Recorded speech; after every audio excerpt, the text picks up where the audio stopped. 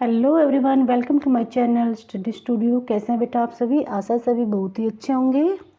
और आज हम आपको कराएंगे क्लास 10 का क्षितिज भाग 2 का चैप्टर नंबर 8 है। ये बाल गोविंद भगत है। ये हमने कल करवाया था इसका, तो इसके आज हम वर्ड मीनिंग तो ये पीछे दे रखे हैं बुक में ही, तो आप इनको एक बार रीडिंग कर लेना। वैसे सब मैंने चैप्टर पढ़ाया उसी समय एक्सप्लेन कर दिया था, सबको मोस्टली याद भी हो गए होंगे, कोई काद रह गया तो याद कर लेना। और इसके 8 ही क्वेश्चन आंसर हैं इसमें, प्रश्न अभ्यास में ये भी कराएंगे, ठीक है बेटा। तो एक बार हम ये इसके शब्दार्थ करवा देते हैं, तो सभी बच्चे इसके शब्दार्थ को अच्छे से सुनेंगे, ठीक है बेटा। और कोशिश करना बेटा शब्दार्थ को समझ लेना और क्वेश्चन आंसर को भी समझ लेना, ठीक है। समझोगे तो आप एक बार समझोगे, आज समझोगे, लेकिन हमेशा पूरी लाइफ आपको याद रहते हैं। अगर आप याद करते हो तो कुछ समय के लिए याद रहता है। इस चीज़ को आप हमेशा याद रखा करो, हर सब्जेक्ट के लिए याद रखा करो, ओके, ठीक है। तो शब्दार्थ देखिए, मंझोला होता है, देखो मैंने बताया था उससे, मंझला मतलब न छोटा न बड़ा, बीच वाला जो होता है उसको मंझला बोलते हैं, ठीक है।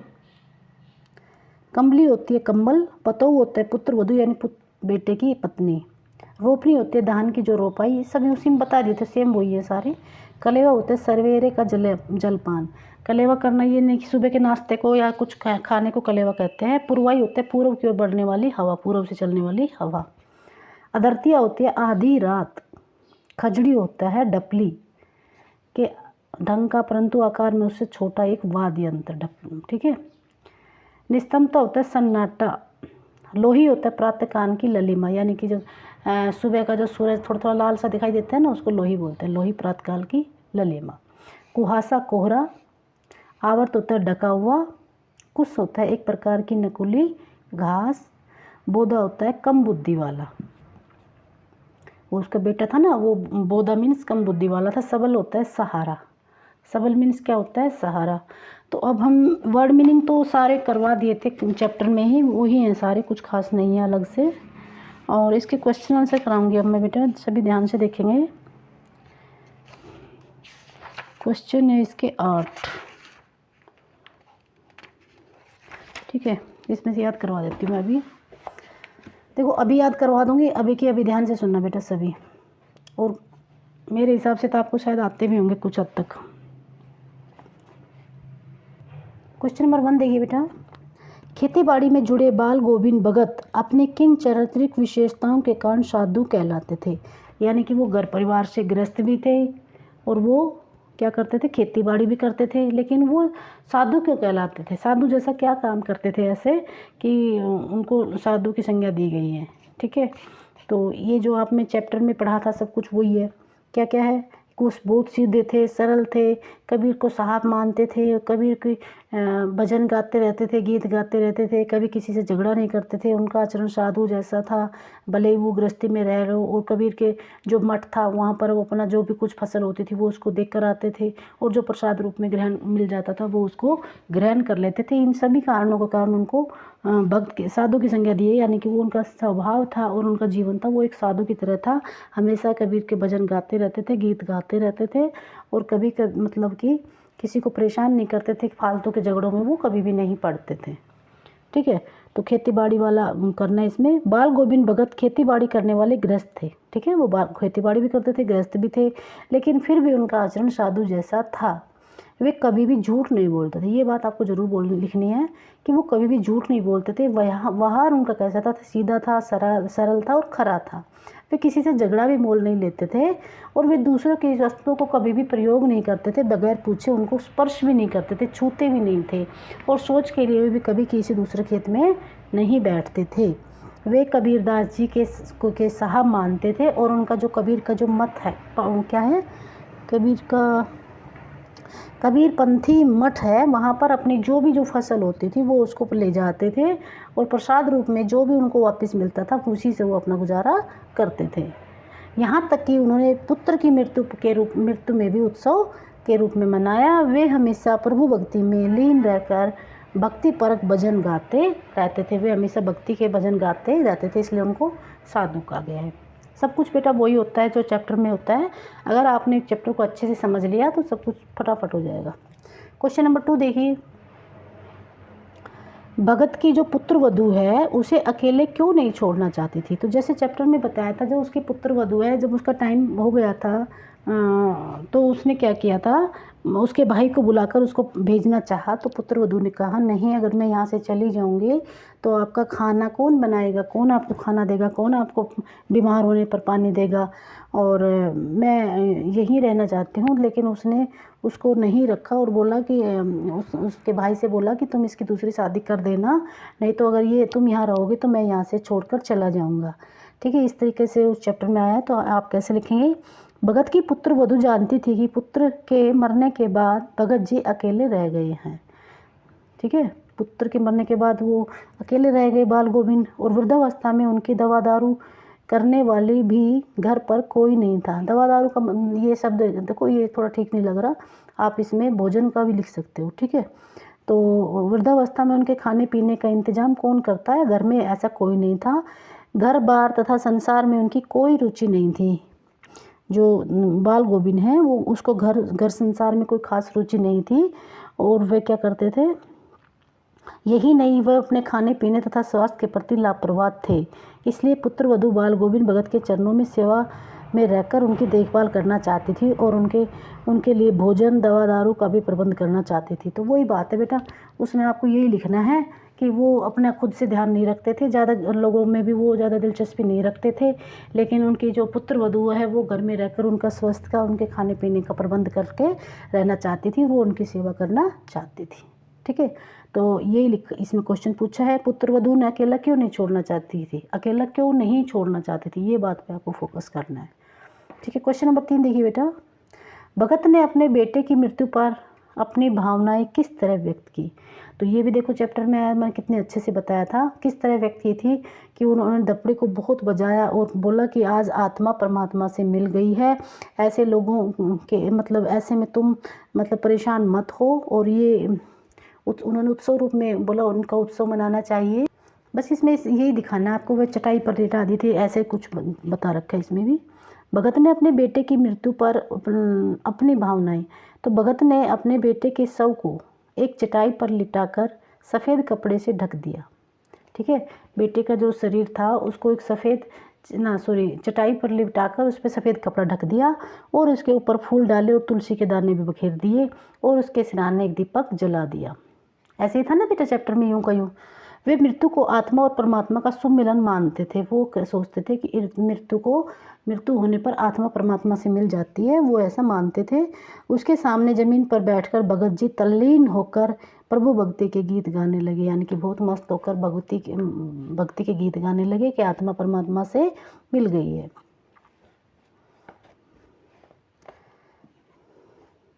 उन्होंने अपनी पतोह को समझाया कि वो रोए नहीं, उत्सव मनाने का समय है, आत्मा परमात्मा से मिल गई है, इसलिए विलाप करने की कोई आवश्यकता नहीं है। बेटा सेम टू सेम वो ये जो चैप्टर में था, तो इसलिए कोई बड़ा इशू नहीं है, आप अच्छे से उसको समझ सकते हैं और आंसर उसको दे सकते हैं। अगर आप इसमें से नहीं पढ़ोगे तो भी आप आंसर दे सकते हो, सब कुछ आपको पता है। ठीक है बेटा, क्वेश्चन नंबर 4, भगत के व्यक्तित्व और उनकी वेशभूषा अपने शब्दों में, मतलब उनका व्यक्तित्व कैसा था, वे कैसे स्वभाव के थे, और उनकी वेशभूषा वो क्या पहनते थे, क्या क्या नहीं पहनते थे, वो सब चीज़ उसमें बतानी है। ठीक है, तो बाल गोविंद भगत क्या क्या थे, वो ग्रस्त थे, साधु संत जैसे दिखते थे, उनकी उम्र 60 से ऊपर थी, वो मजले कद के थे, गोरा चिट्टा रंग था और सिर पर, ये सब वही बात है जो चैप्टर में आई थी। तो कैसे लिखेंगे, बाल गोविंद भगत ग्रस्त होकर भी सीधे संत साधु थे, उनकी उम्र 60 से कुछ ऊपर थी।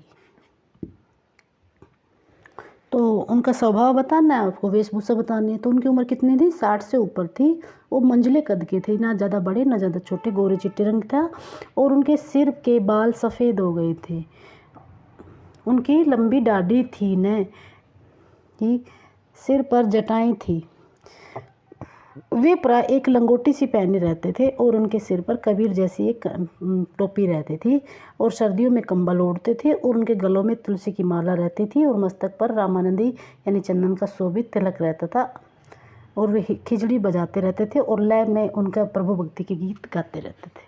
ठीक है, खिचड़ी बजा बजा कर वो प्रभु भक्ति के गीत गाते रहते थे। आ गया ना बेटा, सभी समझ में आ रहा है ना, कोई इशू कोई प्रॉब्लम नहीं है ना। अब क्वेश्चन नंबर 5 देखिए, बाल गोविंद भगत की दिनचर्या लोगों के अचरज का कारण क्यों थी। यानी जो बाल गोविंद भगत थे उनकी जो दिनचर्या थी वो कैसी थी और लोग उसको अचंभित कैसे थे उससे। तो वो बहुत सीधे साधे थे, उनका व्यवहार दिखाना है आपको। किसी के खेत में बगैर पूछे सोच तक नहीं जाते थे, स्पर्श नहीं करते किसी की चीज़ को, किसी से झूठ नहीं बोलते थे और निस्वार्थ व्यक्ति हमेशा निस्वार्थ भाव से रहते थे। और सवेरे सवेरे उठकर वो 2-3 मील दूर थे उसमें स्नान करने जाते थे। ये सब कुछ ही बताना है, ठीक है बेटा। तो उसकी दिनचर्या आपको जो याद है वो बता सकते हैं। बाल गोविंद भगत की दिनचर्या देखकर सब लोग हैरान थे। वो बड़े ही सरल स्वभाव के, सादे स्वभाव के और निस्वार्थ व्यक्ति थे। वे किसी से भी स्वार्थ नहीं रखते थे, बिना पूछे किसी की वस्तु को स्पर्श तक नहीं करते थे। यहाँ तक कि वे दूसरों के खेत में शौच आदि के लिए भी नहीं जाते थे। खेत पकने पर वे सारी फसल अपने पहले कबीर मठ में ले जाते थे और वहाँ से जो उसे प्रसाद रूप में मिलता था वो उसे अपने घर चलाते थे। वे सवेरे सवेरे उठकर 2 मील दूर स्थित नदी में स्नान करके आते थे और गांव से बाहर स्थित पोखर के किनारे पर खिचड़ी बजाते हुए प्रभु भक्ति के गीत गाते थे। यहाँ तक कि बीमार पड़ने पर उन्होंने नियमों को नहीं छोड़ा। यानी कि वो इतने ज़्यादा अपने नियम के पक्के थे कि बीमार भी हो गए तब भी उन्होंने अपने नियमों को नहीं छोड़ा। इसलिए लोग उनकी दिनचर्या को देखकर हैरान रहते थे कि वो देख के कितने नियम वाले व्यक्ति हैं, किसी भी कंडीशन में अपने नियम को नहीं छोड़ते थे। क्वेश्चन नंबर 6 देखिए बेटा, पाठ के आधार पर बाल गोविंद भगत के मधुर गायन की विशेषताएं। तो बाल गोविंद भगत का मगन होकर प्रभु भक्ति के गीत गाते थे, जो मधुर गायन गाते थे उसकी विशेषताएं बतानी है। वो क्या कहते थे, प्रभु भक्ति के गीत गाते थे। उनका स्वर बड़ा ही मोहक था, ठीक है। जो होता था ना, वो एक बार आया था बीच में, बच्चे क्या करते थे, औरतें गुनगुनाने लगती थी, बच्चे खेलने लगती, ये सब बताना है इसमें। तो जादू सा होता था और सभी लोग जो फसल रोप रहे उनके हाथ क्रम से बड़ी तेज़ी से चलते थे और जो बैल जो काम कर रहे थे, खेत जोते थे, वो बड़े ताल से काम करने लगते थे, ठीक है। तो उनका स्वर बड़ा ही मोहक था, ऊंचा था और प्रभावशाली होता था, जिसे सुनकर श्रोता भी मंत्रमुग्ध हो जाते थे। औरतें भी उनके गीत से गुनगुनाने लगती थी। खेतों में काम करने वाले किसान एक विशेष लय में काम चलने लगते थे। विशेष लय मतलब एक खास तरीके से, जैसे गीत गा रहे हैं उसी तरीके से काम करना। उसका संगीत का जादू का प्रभाव पूरे गांव के सभी लोगों ने देखा जा सकता है। उनके गीतों का स्वर धीरे धीरे ऊंचा होता, फिर निश्चित ताल की गति से आगे बढ़ता हुआ श्रोताओं के मन को ऊपर उठा लेता था। यानी कि वो इतना अच्छा गाते थे, धीरे धीरे ऊंचा करते करते वो जो सभी सुनने वाले के मन को ऊपर उठा देते थे। यानी सभी लोग उनके गानों में लीन हो जाते थे और अपने क्रम से सभी बड़े इंटरेस्ट से काम करते थे, ठीक है। ये उसके गीतों की विशेषताएं थी। क्वेश्चन नंबर 7 देखिए बेटा, कुछ मार्मिक प्रसंगों के आधार पर यह दिखाई देता है कि बाल गोविंद भगत प्रचलित सामाजिक मान्यताओं को नहीं मानते थे। जो प्रचलित सामाजिक मान्यताएं हैं उनको नहीं मानते थे। पाठ के आधार पर उन प्रसंगों का वर्णन करना है।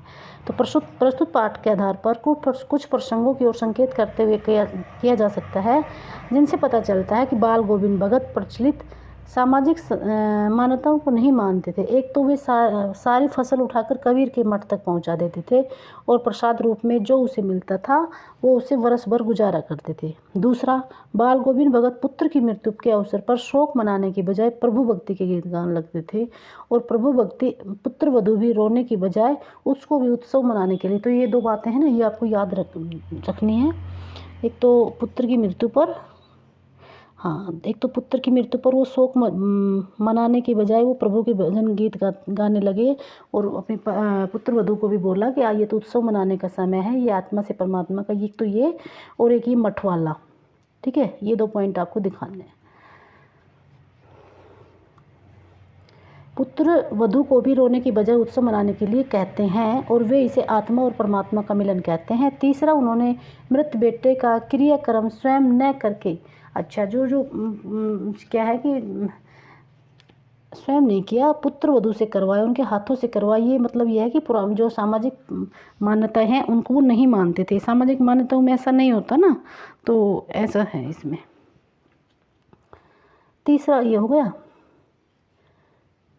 उनके कहने पर पुत्रवधू ने ही शव का मुखाग्नि दी।